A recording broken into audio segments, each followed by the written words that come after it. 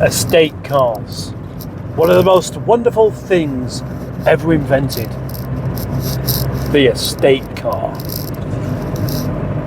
We need a new bookshelf, but rather than having to go and buy a flat packed one, I could just go and buy one that somebody else has already made. And because they don't want it any longer, it's going to be cheap. I can just put it in the back of the car. If I want to have a sleep outdoors, I can put the back seats down and stretch out. The only issue then is, will I be warm enough? Well, that's what coverings are for, isn't it? The estate car. Quite possibly the greatest invention ever. The best thing since sliced bread. And although sliced bread came before the estate car, I would argue that the estate car is a better invention, and certainly better for you. What's going to be more reliable? A 30-year-old Rover or a 15-year-old Toyota?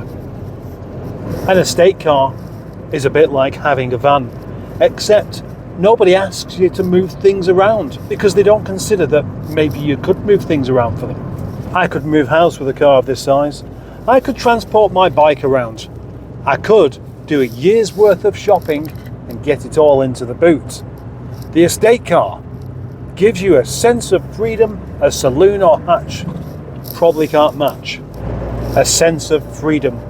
That is also something you experience whilst driving.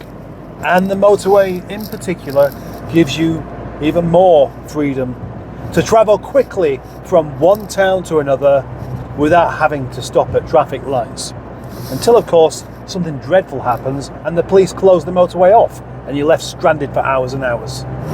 And if that was ever to happen, you'd better find yourself in an estate car, because in the estate car you can be better prepared for such eventualities. You can have emergency kits, emergency food, emergency anything else, and then a bookshelf full of your favourite novels to stop you from becoming bored. With an estate car, you are not even likely to be bored in the first place.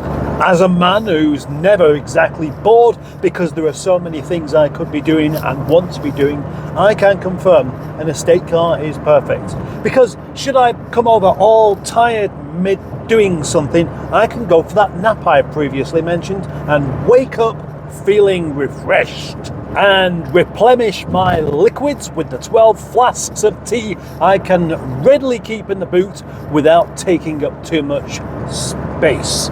Just like the motorway services, the estate car is ready to use 24 hours a day. Why bother having anything else? Why have a hatchback when an estate car is better looking, it serves more purpose and is bigger? Why have a saloon car when you are so limited? It's a bit like carrying a puncture repair kit when you go for a cycle. The estate car is knowing exactly where your 10mm socket is, and like having a spare cup for tea for your guest. Wanted or unwanted, it doesn't matter.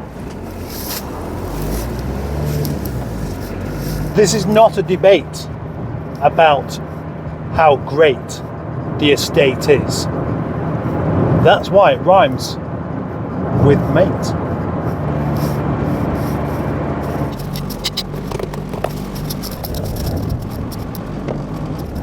This car is called Bill. It came with that name, Bill the Rover. But I'm thinking it should be called GOAT, greatest of all time. Billy Goat.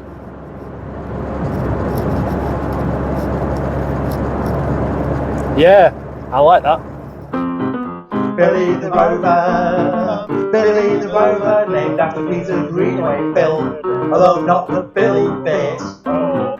Billy the Rover, Billy the Rover, named after Peter Greenaway Bill, although not the Rover bit. Right, no, not the Bill bit. What's going on here then? What do you want to know now? Are we having an It's a bloody car. Oh, no, we're not.